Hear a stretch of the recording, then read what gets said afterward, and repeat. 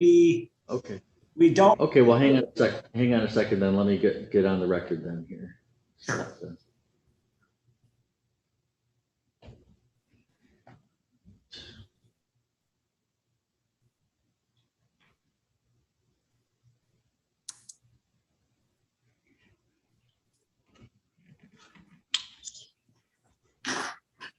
All right, so we're on the record in 53rd Circuit Court for the County of Sheboygan. We are providing public access both in the courtroom and online. And up first on our morning docket is the case of Hannon v. Whitaker, file 21-8825NI. And we have counsel for plaintiff, Mr. Lewis Corey, with us on Zoom video. And so, Mr. Corey, you want to tell me what the status of this case is? Yes, good morning, Your Honor. Lou Corey appearing on behalf of Shelley Hammond. So this is a third-party auto case where my client was sitting in a restaurant and the defendant, Ms. Whitaker, drove into the restaurant, injured 3 people. One of them was my client. The other 2 were relatives of my client. Those other 2 individuals are represented by counsel by name Jim Iafredi. Mr. Watt is the defense counsel representing Ms. Whitaker. He has offered Ms. Whitaker's insurance policy limits of $20,000 individual, $40,000 total. And the 3 individuals have agreed to accept that the policy limits to dismiss Ms. Whitaker and divide it up equally, since nobody can really figure out if anybody's injuries are bigger or smaller. But here's the hiccup and the problem that's occurred. While we've agreed to settle the case, at least 2 of the 3 parties have underinsured motorist coverage. Immediately when we agreed to settle this case, which was about a month and a half ago to 2 months ago, we notified the underinsured motorist insurers. In this case, my client was insured with underinsured motorist coverage with auto owners insurance company. We sent them a certified letter. We have a settlement. I can't settle this underlying case without written permission from the underinsured motorist coverage. They haven't responded. So I filed a suit with this court, recently filed and received by this court last week. It is case number 21-8859NI. That will be served now on auto owners, and then we intend, with the court's permission, to join that with this suit so that we can try to resolve all these cases. But I mean, the long and the short of it is we have an agreement to settle this case that's existing before the court today, but can't do so without written permission of the underinsured. So I'm at the court's pleasure on this, but I would request an adjournment for this final pretrial for 60 to 90 days so I can get the underinsured motorist carrier in and hopefully resolve the whole thing. Sure, that makes sense to me. Do you know the other two plaintiffs? Is that a suit that's pending in this court as well? I don't believe that that was put into suit. So to my knowledge, those other 2 plaintiffs are not. I do know the names of them. That's okay. I don't need that, but they never filed an action. They're just settling a claim. I have not. That is correct. I have not seen an action, but I have communicated with their attorney. His name is Jim Iafredi. I know him very well in Macomb County, and we have an agreement in principle to settle the case if we could get all the underinsured motorist coverages resolved. All right. Would an adjournment of this final pretrial then to November 22nd give you sufficient time to wrap all those things up, or see where the carrier is on your underinsured? Yes, it better. Yes, is the answer. I will work effortlessly to get it done, especially since I think 90% done, and there's just a small sliver for underinsured motorist coverage that we have to deal with. Okay. Well, we'll continue this then until November 22nd at 9 a.m. and I'll allow Zoom appearances for that hearing as well. And do you want me to issue an order, or is the court going to issue an order? No, we'll just send out new notice. Okay. Thank you, Judge. Have a great week. Okay, you too, sir. Okay. Bye-bye. All right.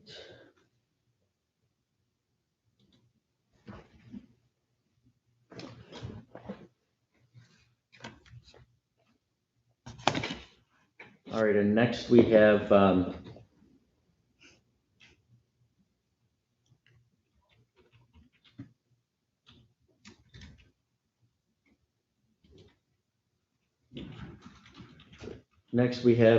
v. Gingrich. It's file 20-8803CH.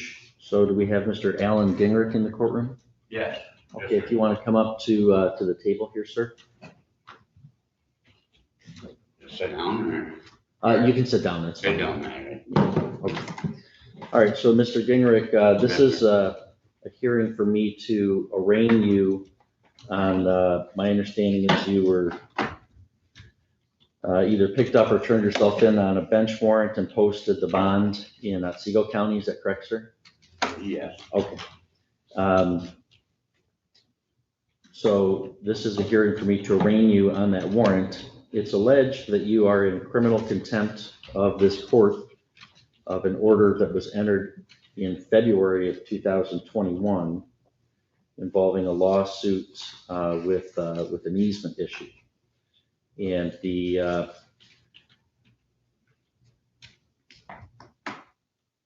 there's also a show cause hearing that had been scheduled. The bench warrant was issued when you failed to appear at a show cause hearing.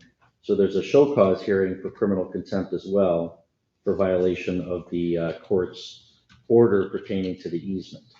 So there's criminal contempt for two reasons. One is it's alleged that you have violated this court's order with regard to the easement.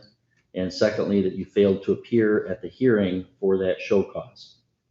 So you have the right to have a hearing on the allegation of whether you're in contempt of court. Although it's criminal contempt, it's a sort of a quasi-criminal action. It doesn't mean you have a criminal record from it. It just means that you have a lot of the same protections that a criminal defendant would have, with the exception of a jury trial. So you have the right to have a hearing. It would need to be proved beyond a reasonable doubt that you are in contempt for those reasons that I stated. Yes. If you are found to be in contempt, I could fine you up to $7,500, or I could jail you for up to 93 days, or both. So because of that, because there's a possibility of jail, you would also have the right, obviously you have the right to an attorney, but because there's a possibility of jail, you would also have the right to have me appoint an attorney at public expense if you desired and if you qualified for that. Yes. Do you understand the rights that you would have and the maximum penalties that you could face, Mr. Gingrich? Yes, Your Honor. My wife and my mother-in-law they talked to a lawyer about that easement, and well, we're working on this lawyer right now about this easement thing about this. And the way the way it's looking, everything's gonna be switched right around. Because they're putting poles right in our driveway, right in the middle of our driveway. In the middle of. And that's what they're claiming, that we're trespassing. But we talked to this lawyer and it's been our driveway for 20 years. All right, well, what we'll do then is, so you wish to plead not guilty to the Yes, charges? Your Honor. Yes, I do, Your Honor. Okay, very good. And you're considering hiring an attorney to assist you in that? Yes, Your Honor. Like I said, we already talked to the attorney now, and we're getting up the money now, because everything is gonna be switched right completely around. All this is gonna be all on the neighbors. You'll be seeing the neighbors here about this. As soon as we get this going on this lawyer, you'll be hearing this about the neighbors. All right, so Mr. Gingrich, what I'll do is I'm gonna schedule this then for a hearing on the contempt allegations on August 30th at 9 a.m. Okay. And that'll give you time to have your lawyer ready, at that date. Okay. And that's the same date and time as Sharon's hearing. Yes. She was arraigned as well and given that date. Right, So because she'll we'll be set that- having the same lawyer, Your Okay. Honor. Okay, so we'll set both of them for the August 30th at 9 a.m. It'll be in person here in the courtroom. Okay. And we'll address the show cause for violating the February order and the failing to appear for that show cause at that time. Okay. See, I didn't really realize anything about this February appearance. Well, I don't want to, have a discussion I about the understand. underlying facts at this time because you don't have, you're hiring an attorney and your attorney's not here and Yeah, the- okay. the other side's attorney isn't here, so I don't really want to have us talk about the I- facts of the case. Yes, I understand. Okay. The Yeah. purpose of today is just so that you understand the process and what your rights are, and we schedule a hearing when we can have all this stuff out, okay? Yeah, sounds real great. Okay. All right, we'll see you on August 30th then, sir. All righty, thank you very much, You have a Ron. good day. You too. You have a great day. Beautiful day out. So far. Yeah, so far. You'll have a great day. You too. And just go right out. Yeah, you're good. Yeah. You don't need me, No, you've already got your hearing date at the same time. okay? Okay. Thank you very much. All right, we've got the attorneys for the next case available.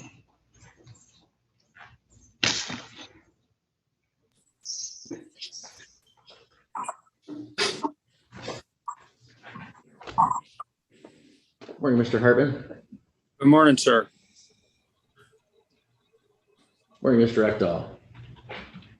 Good morning, Your Honor. All right, so we're here on the record next in the case of Mackinac Bay Crossings versus Mackinac Cigar Bar and Spirits. It's filed 20-8782 CK. We've got plaintiff's counsel, Mr. Ekdahl, present by Zoom video, defense counsel, Mr. Hartman, present by Zoom video. And we're providing public access both in the courtroom and online. And we are here for an adjourned status conference. We had reopened discovery for 60 days to see whether you folks were gonna resolve the matter or need it set for a bench trial. So any idea where we're at, gentlemen? Judge, at this juncture, counsel and I had talked about getting together and attempting settlement resolutions. That has not come to fruition. Plaintiff's not opposed to that. What I would suggest, unless counsel has a different thought, is perhaps setting it for bench trial, but preceded by one additional status conference. Mr. Hartman? Great, Your Honor. Would this be able to be tried in a one-day bench trial? Judge, I believe that's what it was scheduled for before I came on to the case. I believe that one day is sufficient. I agree.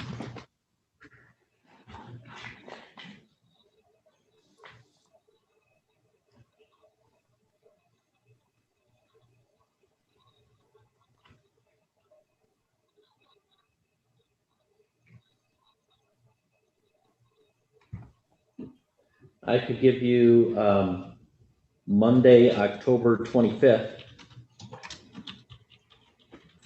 starting at 9 a.m.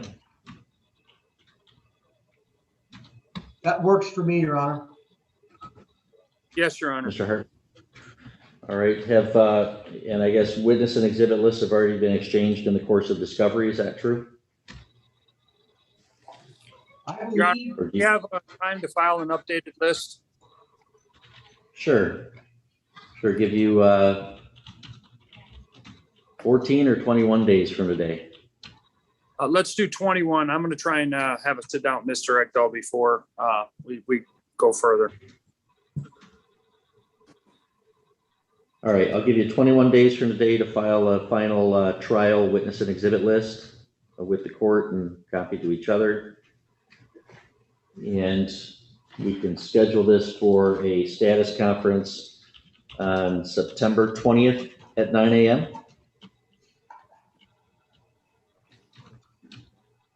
Your Honor, I would respectfully ask for a different date. As it stands, I have a jury trial in district court that day. Okay.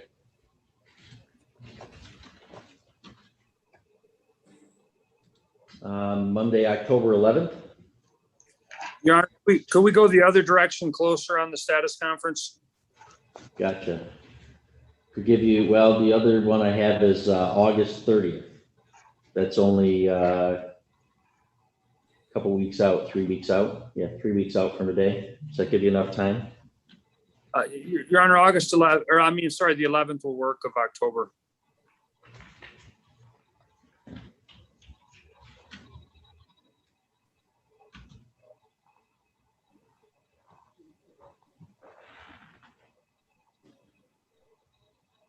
So October 11th at 9:10 a.m. over Zoom for a status conference. Would that work, gentlemen? Yes. Your Honor. Your Honor, does this, do you require briefs for bench trials?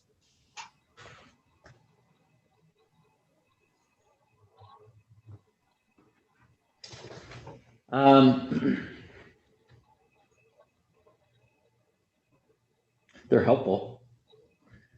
Just something, you know, outlining where we're at on things.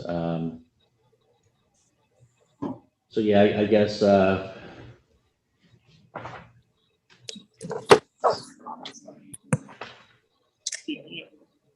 So, Your Honor, if I can file mine, if I could have like three working days after the 11th to file mine, I don't mind going first, and then having the plaintiff respond, since I've been in the case longer, might help narrow the issues. well, I mean, generally for the trial briefs, I don't really do the serial things where someone files and someone responds. Just both of you file your trial briefs of what you think the issues are. And you could file them 7 days before the trial. So that's 1 week after our final pretrial, or 1 week after our status conference. If it's going to go, you'll have a week to file your trial briefs, and then a week later we do bench trial. Sound good? Great. Okay. All right, we'll see you on Zoom on October 11th, and then I presume the trial will be in person on the 25th. I mean, we could do it over Zoom if you prefer, but it's clunkier to do that with exhibits and whatnot. I'm fine with in person for trial, Judge. I think that works better. Agreed. Okay. Unless Okay. there's a change in the world again.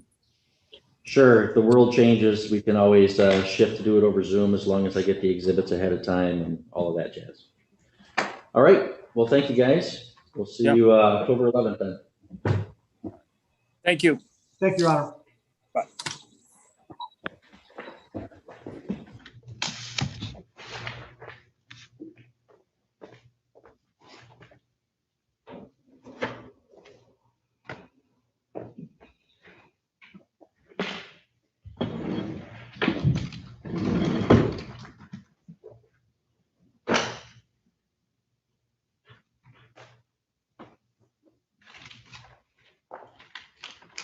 Let me see who these folks are. A couple people in this room.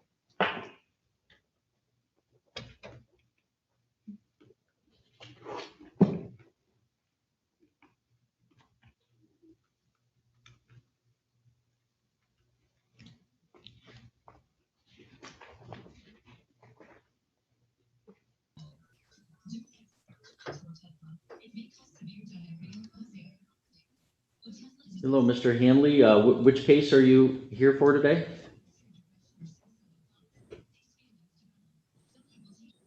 Oh, I just got a password, 442595. What's the name of the case that you're here for today? I don't know. I don't understand. The Bowden incident. The boat one. Yeah, this is the boat one. Has it been adjourned? It's not on my docket. It's not on my docket either. Yeah, I recognize both you and Miss Lee from the boating incident case, and that case is not on our docket today. So you can check with the clerk's office to see when the next, do we know when the next hearing date is? I'm looking to see. Okay, hang on a sec. We'll let you know when it is.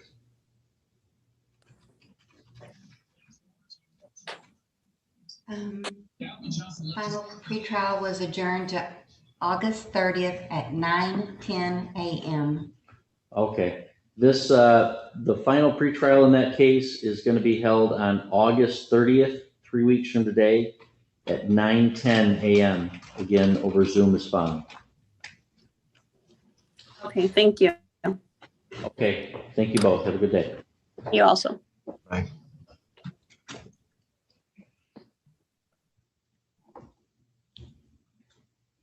All right, so you can come on up, Dan. You didn't know what Casey was on? Huh? You didn't know what Casey was on? No, that's not. All right, so next up is Murdoch v. Bishop GMC Cadillac, file 21-8827NZ. We've got counsel for plaintiff, Mr. Engelson, appearing on Zoom video. Counsel for defense, Mr. Losnick, appearing in the courtroom. We are providing public access both online and in the courtroom. And Mr. Engelson, can you hear us well enough? I can, Your Honor. Can you hear me? Yes, sir. All right. All right, so we're here on the defense motion for summary disposition. It was also scheduled for a final pretrial. I reviewed the motion and the response to that motion. So Mr. Losnick, you want to go ahead and argue? You can be from the podium or the table, whichever you prefer. Thank you, Your Honor. Since the copy that I supplied to the court was so poor, I'm going to give you the original so you can read the fine print or the. Okay, thank you. If that's okay with Mr. Engelson, just the contract, the lease contract. Oh, that's fine. Okay. I'll return it to you at the end of the hearing. Defendant is asking the court to grant some summary judgment because the damages sought are not related to the alleged conduct. If you go through the lease, this is a claim made out of a lease of a motor vehicle. Mr. Bishop's company leased the vehicle to the Murdochs. The vehicle had been in a, okay, so the vehicle was a demo vehicle. It was used by customers when they were getting their cars repaired, so they had a car to use. The claim is based upon the fact that on the first page, the third column down, it says new used, and it says new there. New refers to in the world of cars, new refers to, is still in the dealership name, the manufacturer's name. It hasn't been pre-owned, hasn't been turned back in, hasn't been used by someone else, and then resold. It's a 2020 Cadillac. The mileage on the vehicle was 3,021 at the time of the lease. If you go down further, the plaintiffs got a credit for $3,400 or about 9 months of payments against this lease because of the mileage and the use that had incurred. It is our position that the damages that they're seeking, first of all, they're seeking the damages for the purchase price if they operated the option to purchase the vehicle. Can I ask you, I don't want to interrupt your flow too much there, but on the issue of the new versus used, I understand that on the lease agreement, it gives new/used as if there's two options. Right. So obviously it's not a used vehicle, so new is the one that you'd prefer among those two options. What am I to make of Exhibit B to the complaint? Was the application for title and registration. And in the application, it has, and that's got three options: new, used, or demo. And it appears that the box new was checked on that, not demo. Is that relevant to the determination of what was? I gotta look at that, Judge. If it was a mistake. It was a demo. It was a demo at all times. But in the lease, it doesn't have a provision for a demo. Okay. In the lease, it has new or used, and it doesn't have demo. So between the two, they X new, and then just revealed the amount of mileage that was used. So I guess it's because of limited choice on the lease. Okay, It go ahead. clearly wasn't pre-owned. Right. Okay, so I mean, I guess that was their best. And so to get back to my argument, the damages sought for the purchase of the vehicle are clearly not applicable to this case because they have the right to not buy it or to buy it. And they're claiming it's not new because it was an offender bender while it was being used as a demo. And therefore, they know about it. That damage is not appropriate. As far as the damages for the lease, the down payment on the lease, first of all, the down payment, $3,400 was a refund or a credit towards down payment. But it doesn't, there's been no allegation that this accident has affected the use of it, meaning they're still driving it, they're putting miles on it, they're getting a benefit from it. And the fact that it was in this has nothing to do with their successful use of the property or the vehicle in the meanwhile. So based upon that, there's just nothing connected to what they're claiming the fender bender.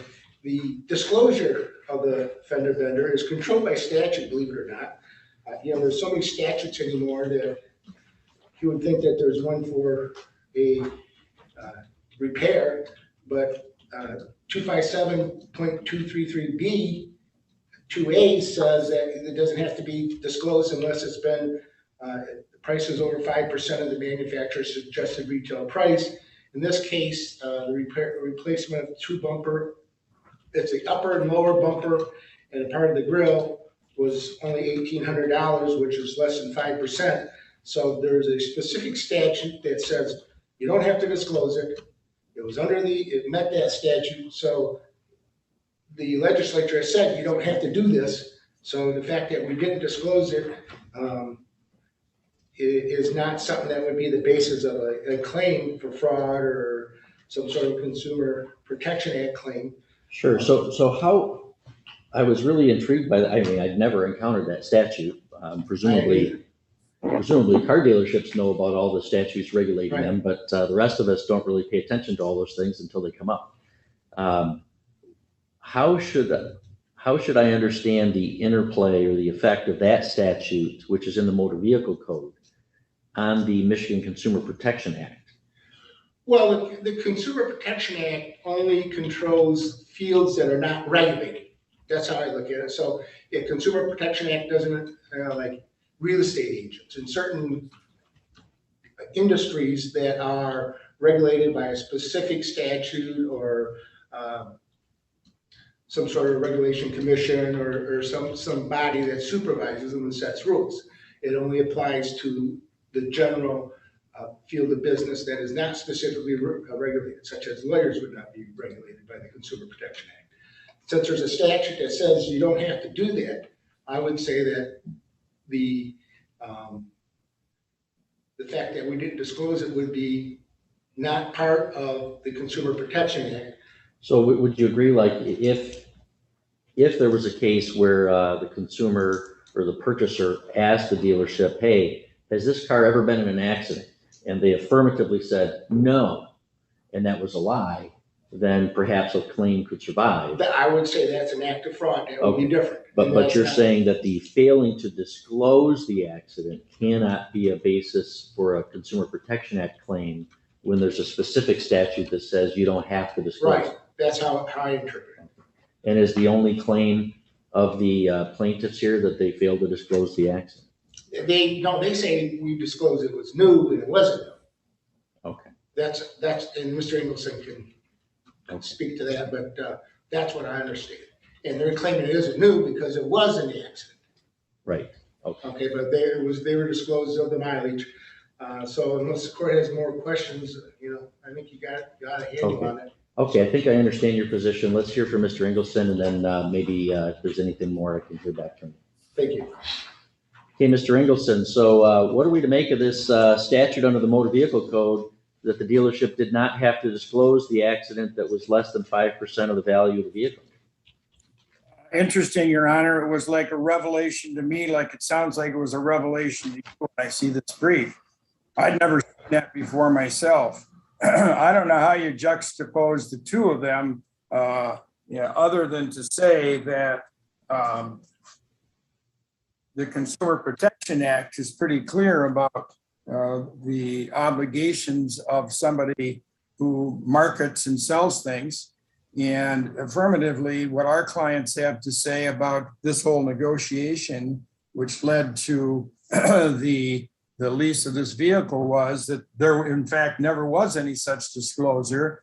That disclosure, it was held out at all times as being a new car subject to the few miles that were on it because they used or allowed it to be used at the lot.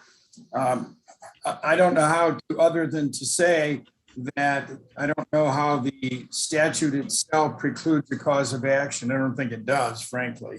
And I think what we really get down to is Mr. Losnick is making arguments to the court, which sounds like arguments if I were him and in his position on this case, switching sides, I would be making to the judge or jury at the end of a trial as to whether or not our client or clients were misled in entering into this vehicle lease / option to purchase. In the short time that we've gone back and forth on this, I haven't found a specific case, and I may have missed one, but I haven't found a case where the appellate courts have reviewed both that statute that Mr. Losnick cites and whether or not it negates, if you will, the Michigan Consumer Protection Act, because at its core, this case is about misrepresentation, either intentional or negligent, but intentional, because it was admitted to by, I think, Mr. Dunn, if my recall of the file is correct, after the fact that in fact they knew it was damaged, they just simply didn't tell them. Okay. You know, and one more thing, if I may, Your Honor, in looking at the scheduling order, if I'm ready to do this motion, I'm thinking, oh, darn, it was a scheduling order that permitted amendments, because I can readily see alternative claims, which whether or not it changes the scheduling order for the purpose of this case and any trial that we might have, but there's issues of, you know, the denial to rescind, misrepresentation, and frankly, conversion on the part of the defense in this whole transaction.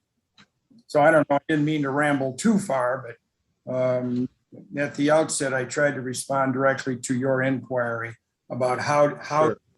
do you compare that one statute.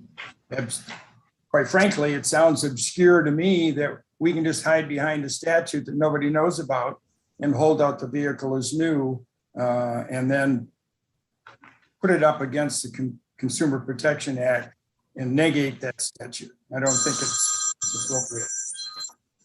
Sorry. That's all right. Now, under the 2.116,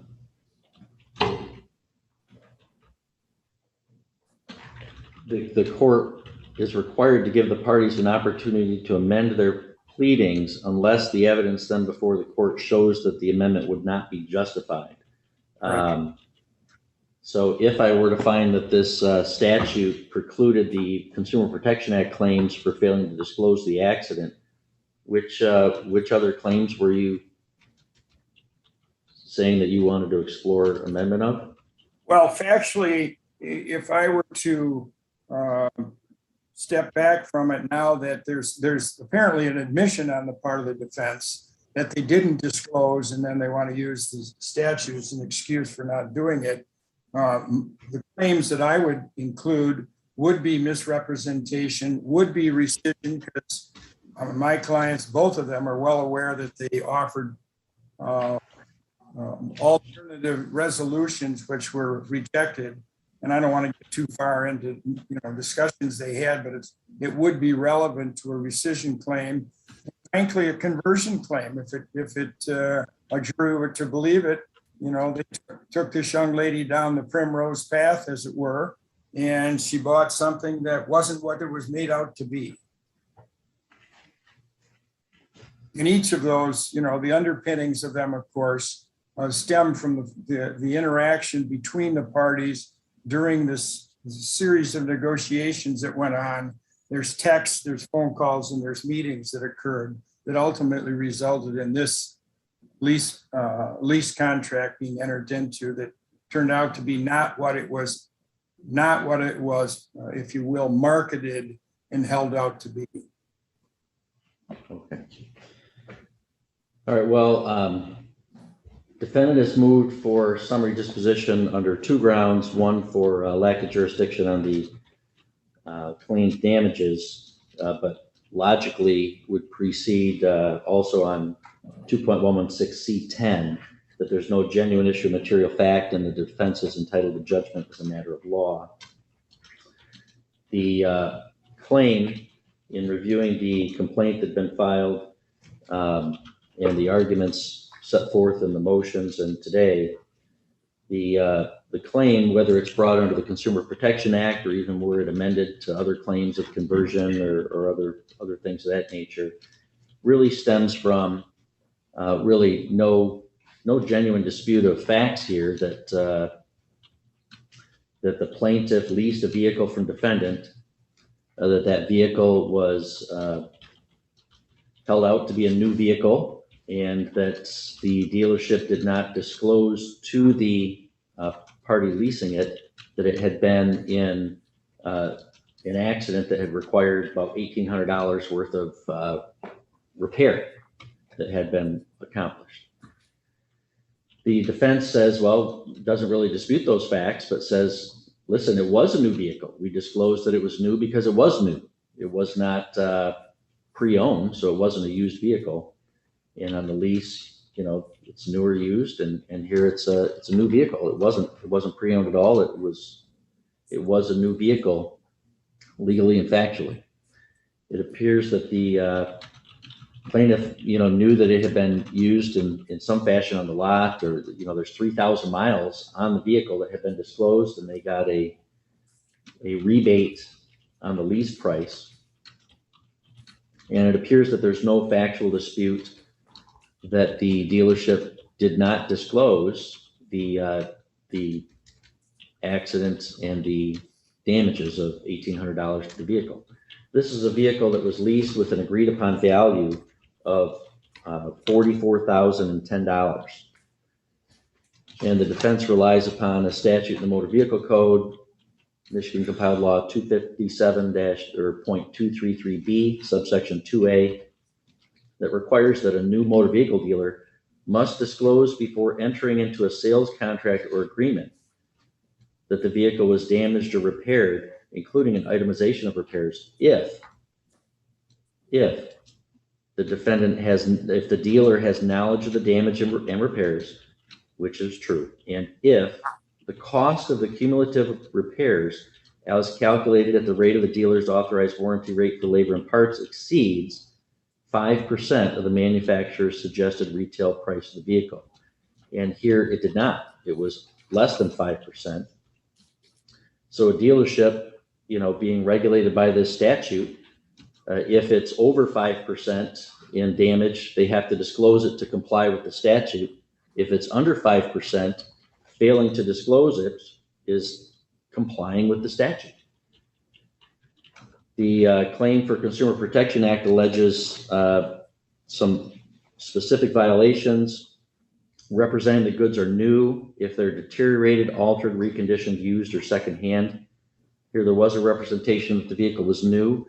There's no facts that have been presented to suggest that the vehicle had been deteriorated, altered, reconditioned, used, or secondhand. It was still new and in the dealership name.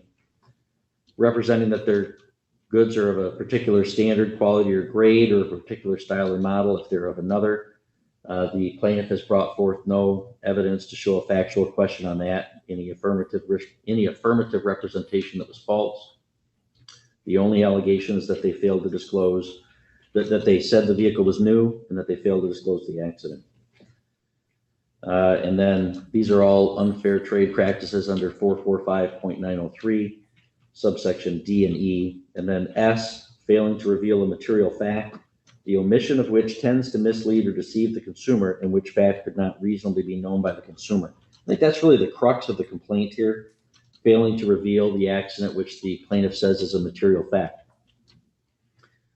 If we're just looking at the Consumer Protection Act, I think it would be a question of fact for the trier of fact, whether it be the jury or the court, whether failing to disclose that accident was a material fact that would mislead or deceive the consumer. However, that's a more general statute. The more specific statute of what types of accident or damage a dealer must disclose is set forth in section 233B of the Motor Vehicle Code, where there's a general statute and a specific statute that would both apply. Courts generally will apply the more specific one. So if there's a statute that says the dealer need only disclose an accident if it's more than 5% of the cost of the value of the vehicle, it's hard to say that that's a material fact that they have to disclose if it's under 5%. So the court would find that the more specific statute would govern. And then the claims are also asserted under sub-rule BB and sub-rule CC, making a representation of fact or statement of fact material of the transaction other than it actually is, failing to reveal facts to the transaction in a light of representations of fact made in a positive manner. I think it all stems from this, again, just representing the vehicle was new, which it was, and failing to disclose that it was in an accident when the dealership was not legally obligated to disclose that fact because of the minor amount of the damages. That's a policy choice that the legislature made, that, you know, if it's more than 5% of the value of the vehicle, the consumer should know. If it's less than 5%, they don't need to know. That's a policy choice that the legislature determined, and the court can't make a different policy choice. The more specific statute would govern over the general. So the court would grant the defense motion for summary disposition under MCR 2.116C10, there being no genuine issue of material fact, and the defendant is entitled to judgment as a matter of law. The court would also find that it would be futile to amend the complaint to bring other legal theories on the same alleged failure to disclose because there was no legal obligation to disclose. So, Mr. Losnick, could you prepare an order? Will do, Your Honor. Thank you. Okay. All right. Thank you, gentlemen.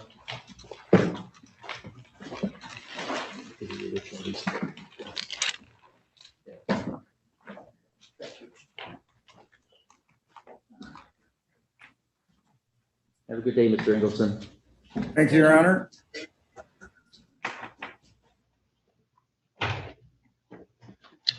I think our next case is scheduled for 10 a.m., so we'll be in recess for 13 minutes.